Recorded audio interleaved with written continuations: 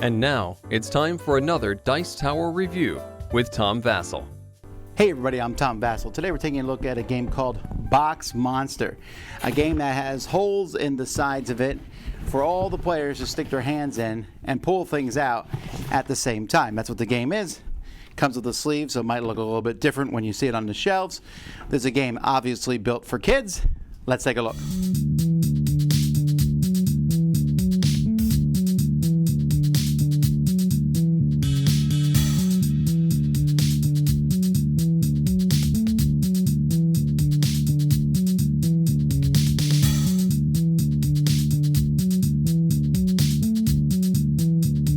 There's a bunch of items here in the game. We got chocolate bars and cell phones and grannies and yo-yos and lollipops and starfish. And all this stuff is going to be thrown inside this box. So you're going to take a look at all the items. You're going to throw all the items into this box here and then start the game.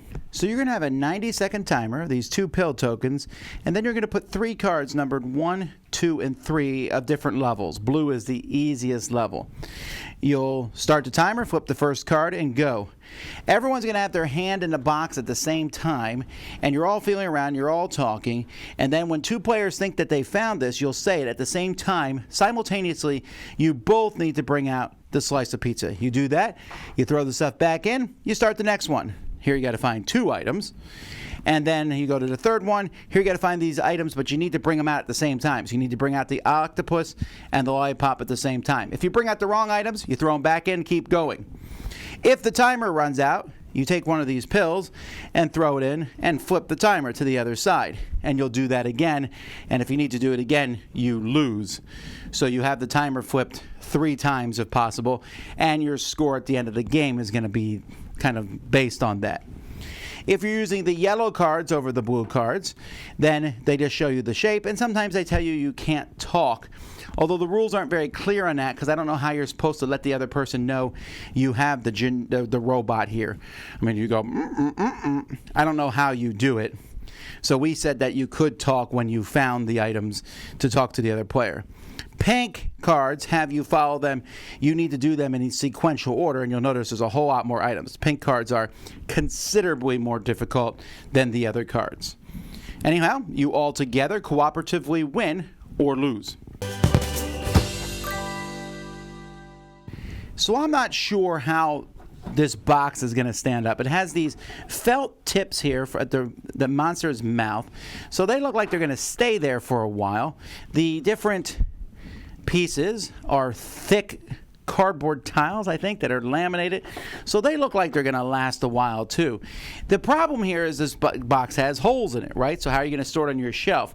It comes with a sleeve that opens, so you put the box in like this, and this I'm concerned about falling apart eventually. You're going to put that in there. Now everything else fits inside the box. You'll put the rules in, you have the timer, and then you have the cards. And folks, this is one of my biggest problems with the game. There are only, I believe, 9 cards of each color. That's not a lot of variety. I feel like they could have had more cards than that. But, I mean, it's a big box, too. I mean, here's my hand next to this. This is a huge box. It has to be for this type of game. So the components are good, but I wish there was just a little bit more.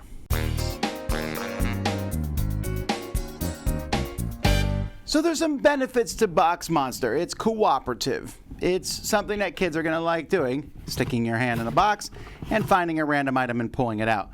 Underwear, ha ha ha. And it's okay, right? This is not the first time a game has where you stick your hand and feel around. There's many games that do this.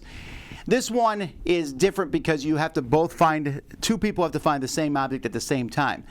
I personally don't like my hand feeling around in the box with 3 other people's hands in there if you're playing a 4-player game. I felt like that was too many. This might be better if you play with one of your kids and you're both sticking a hand in a box, reaching around, grabbing things. But even still, you both have to find an item, you both have to pull it out at the same time. It just doesn't feel as clean as other games do. And I'm not talking about germs, just it's not as simple. Many of these games you're looking for specific things, you reach in, pull it out, and there you have it. This was, it was okay. And like I said, the no communication thing sounds good in theory, but how does it work? And the level between the pink and the blue cards is here. It is so much more difficult to do those pink cards because you need to find 1, 2, 3, 4, 5, 6 cards in 90 seconds.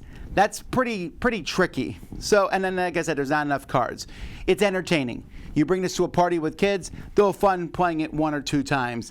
After that, though, I don't know how often they're going to want to do it because I also think it might feel really samey quickly.